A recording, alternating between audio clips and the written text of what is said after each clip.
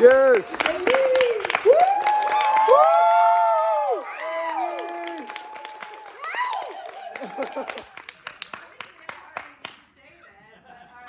next presenter slash performer is the incomparable Aileen. Yeah.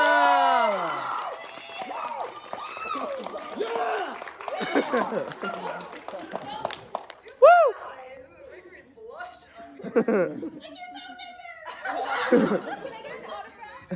Everyone will get what they want.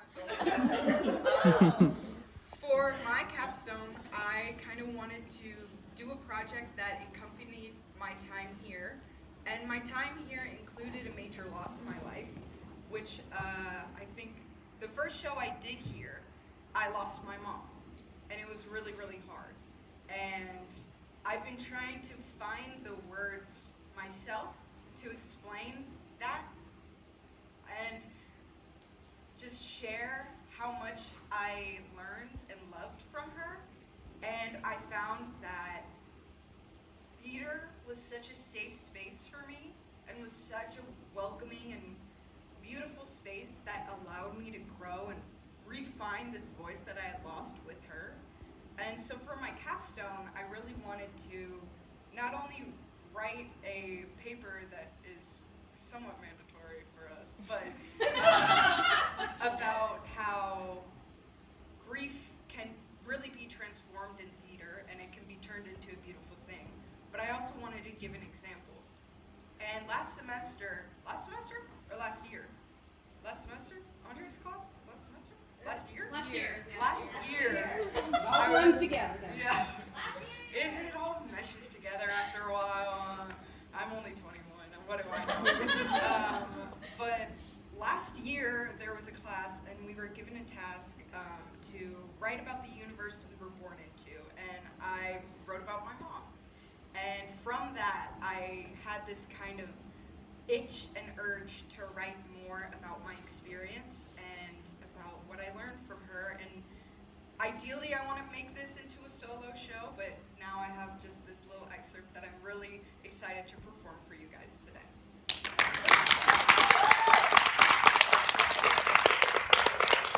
It is called The Loudest Woman Who Couldn't Speak. There are three universal truths that we all share. First one is life. We are all here living and given a life. Second one is death. We're all going to die and witness death in our life. And third one is moms. We all have a mom. And I was lucky enough to be born into a world with the most amazing mom. I was born June 13th, 2003, Friday the 13th, which probably contributes to my interesting luck in this lifetime. But I was born a part of something and someone so beautiful and a soul so big that it could only be contained by a human body for so long. My childhood was filled with the human embodiment of a rainbow waiting to fill the canvas of my life up with her vibrant colors. Every hug, sweet nothing, and cuddle was a soft red. Every kiss, a sweet violet. Being dragged to synagogue early in the morning suddenly became that much better, with the promise of getting ice cream on the way home, or even just grabbing my hand so I'd stop poking at my sister. My sister, bossy yet passive, smart but silly, extraordinarily beautiful, and an absolute bitch. She's my best friend. Growing up, she was the golden child. What am I saying, growing up? She's still the golden child, even though she's truly a pain in the ass at heart.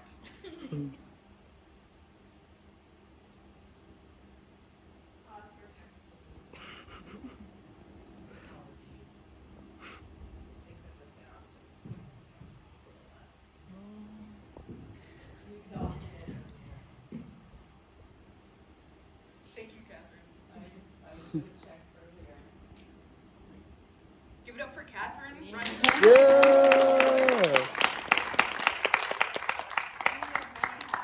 Yeah, it's a big job. Why did the mushroom go to the party? Why? Because he was a fun guy. That's a new one. I never heard of that one. Never heard of it. Okay, I'll take back a few lines. What am I saying growing up? She's still the golden child, even though she's truly a pain in the ass. Nicole, we're trying to find you. I have texted you. I am now calling you. Please find us, or you will need to walk home. And now that she found her way home, she's out there teaching the future generation at a gig that pays $55 an hour while applying to grad school to be a family therapist. And here I am, a theater major. I think what I'm saying is that if our family was an office, I'd be the personality hired. Nicole has always been gorgeous. My mom would joke that she was adopted because she's a size 00 with tits so perky you can light a matchstick off of them. And I inherited my tits from my dad. Everything bad that my sister has done is completely outshone from all the sweetness in her soul. It's disgusting. The perfect way to describe her and I's relationship would be direct words from our mom. We're best friends when we're not sisters. And once again, my mom is right. If I wasn't chasing her with a knife and she wasn't smashing my head into a bed frame, we'd be together, curled up on a bed, my mom in between us, and my dad lounging at the end. All of us watching SNL, The Dick Van Dyke Show, or Alaskan Bush People. My childhood had every opportunity to turn sour, but the love my parents had for each other spread until we were squished in between an embarrassing amount of tenderness. Her laugh was a dazzling, vibrant yellow, and every orange day was every bad day she made better. And my favorite color, blue, was reserved for her special moments of love that came in the form of tears. When my sister graduated, when she would feel my pain and cry with me, when my dad wouldn't make her laugh a little too hard, when she would miss her family, and when I would tell her how much I loved her. Her blue would appear when her love was so overwhelming it couldn't be contained in words, laughter, or kisses. Grief is funny that way. Death is devilish in the way it makes you feel so alive. My mom was diagnosed with ALS my freshman year of college. And no one can really understand the loss of a parent unless they've gone through it. Sure, you can empathize, but experience is very different. Especially grieving someone who wasn't even dead yet. That makes you feel a completely different kind of guilt.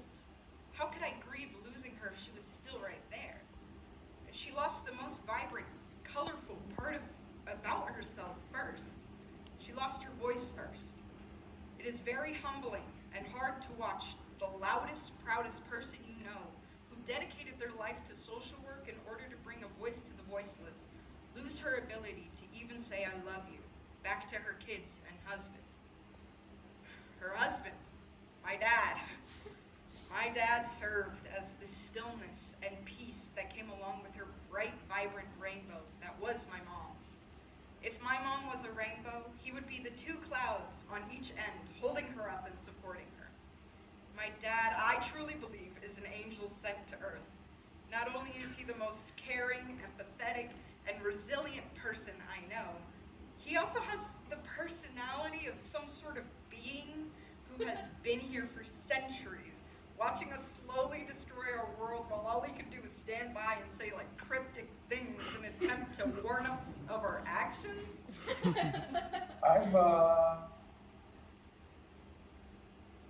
Oh. Bye. In fact, he says these cryptic things so often that my sister and I have started a book of quotes to document the songs of his. Some of my favorites being, I'm the perfect person, so if they clone me, it's okay. Does Italy have flies? And finally, you girls remind me to thank your mom. I need to thank her for marrying me. Somehow, this unacclimated angel became a public school teacher, even though he's eaten dog food thinking it was stew on multiple occasions. And once asked me who wrote Romeo and Juliet. He has yet to figure out human customs, and even when we hug, he has a signature move where he'll just stand there and pat me like a dog.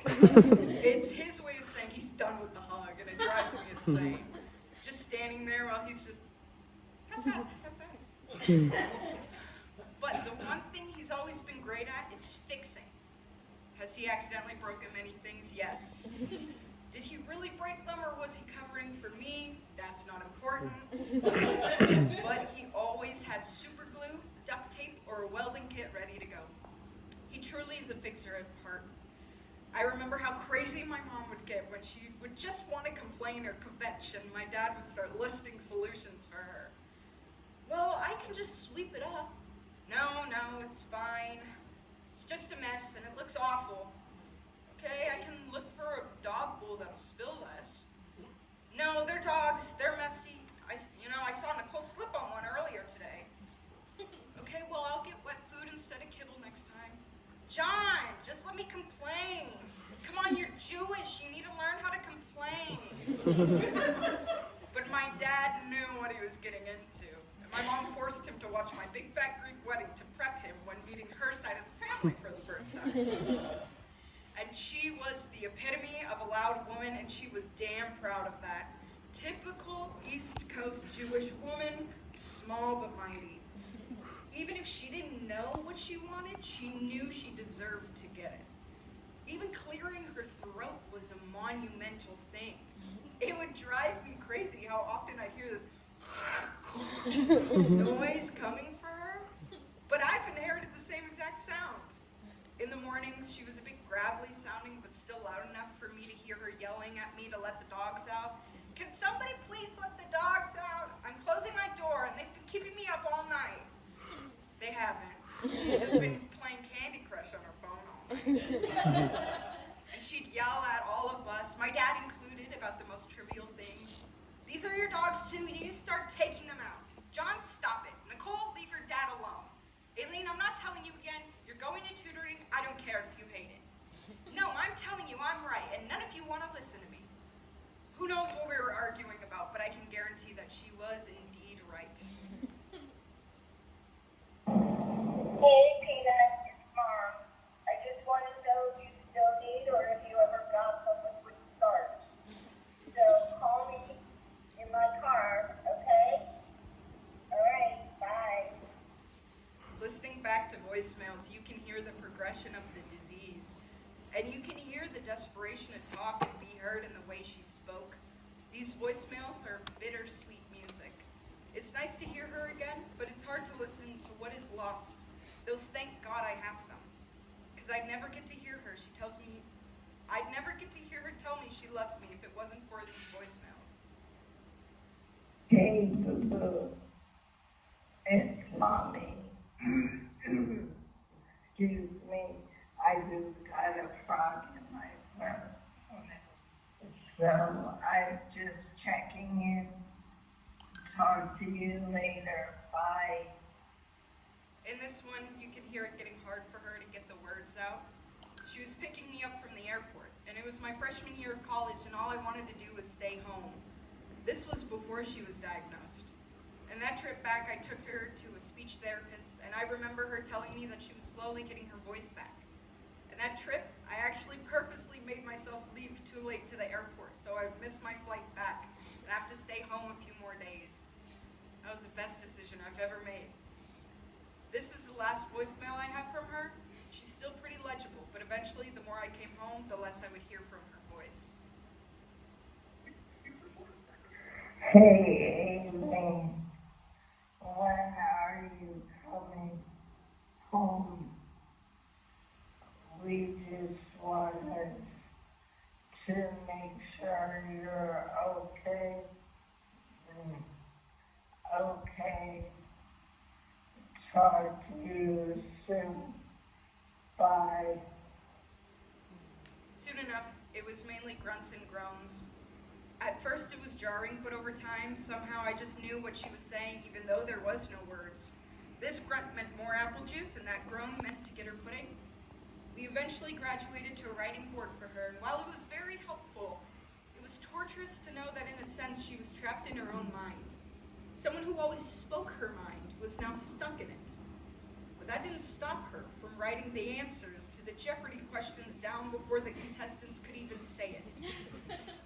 Slowly, her cognitive function to write and communicate in full sentences also disappeared.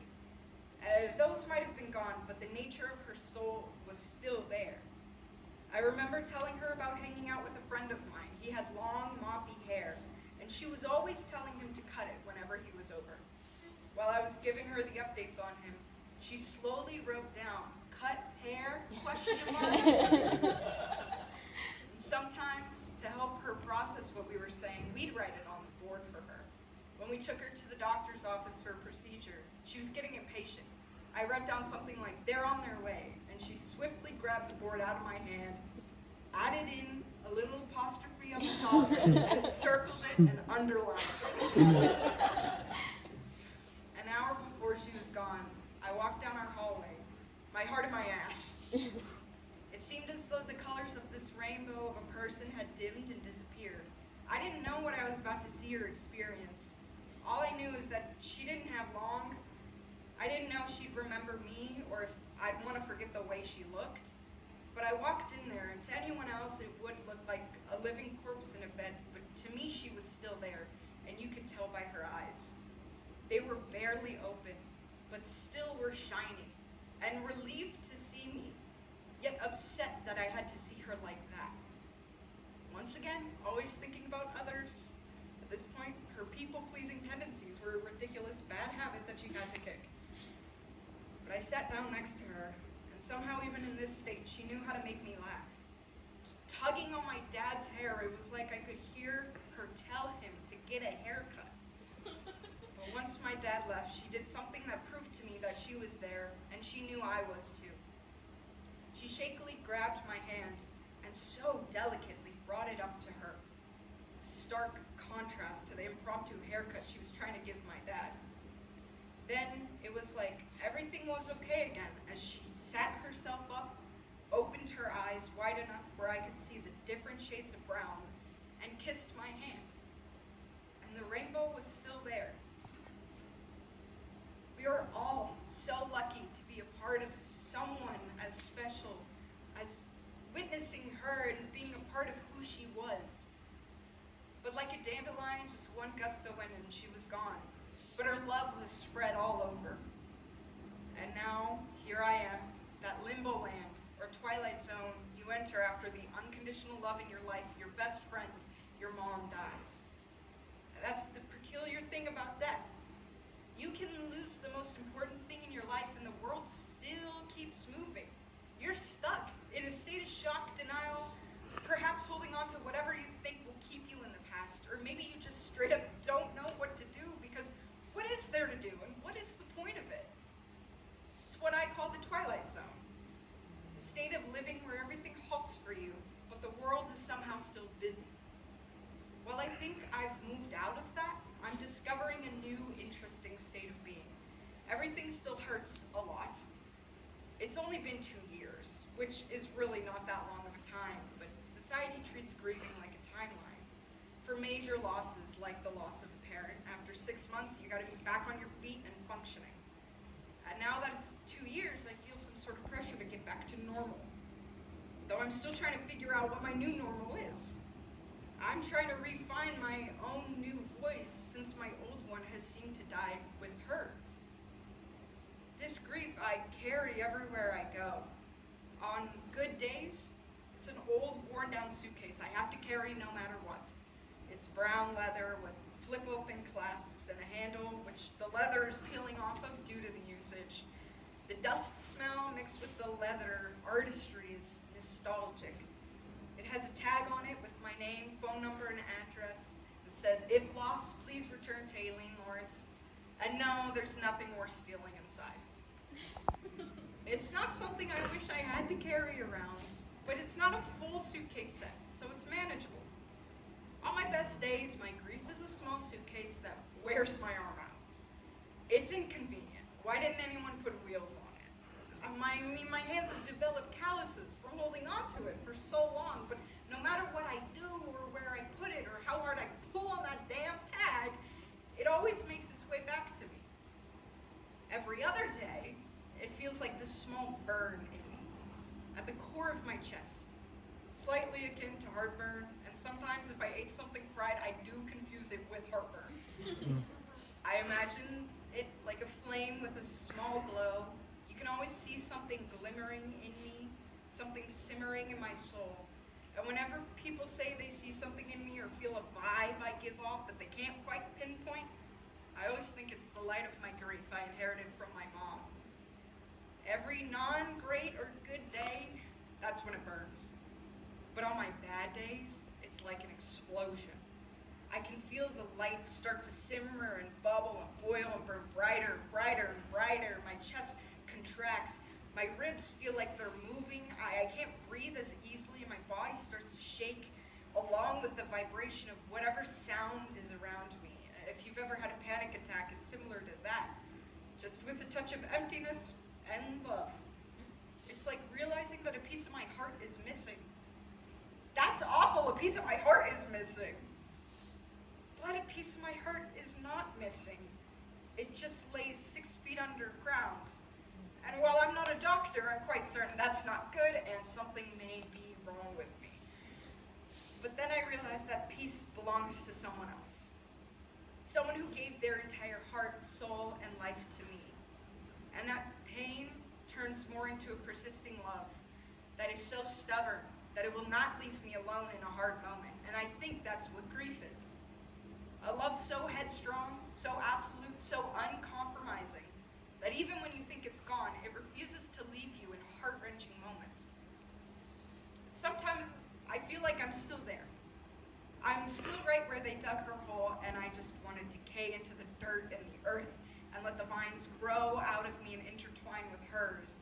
Because every day I wake up, I feel her. Every time I look in the mirror, I see her staring back. Every time I speak, I hear her. Because who I am is my mother. That is the world I was born into. And I never knew I could live living without her. And sometimes I'm not sure how I am. Her curls are on my head, her dimples in my cheeks. All these are just memories that she's supposed to be here with me. But she lived for me. And now I have to return the favor. Live through her, for her, and with her by my side. My grief is giant, but my love for her is the universe. And the unmanageable heaviness of being is bearable due to the lightness of life I was shown by her. And while I lost the voice I had, she left me with an even louder one. And while the world I was born into ended, a universe was created in its place. One filled with rainbows and color, one filled and dedicated to making the best out of my life in honor of her. And that's the point of it all, really. Grief is the price we pay for a life full of love. It's Mom, so I just wanted to check in and make sure you're okay and tell you that I love you. So if you get a chance, give me a call back, okay? All right, bye. Thank you.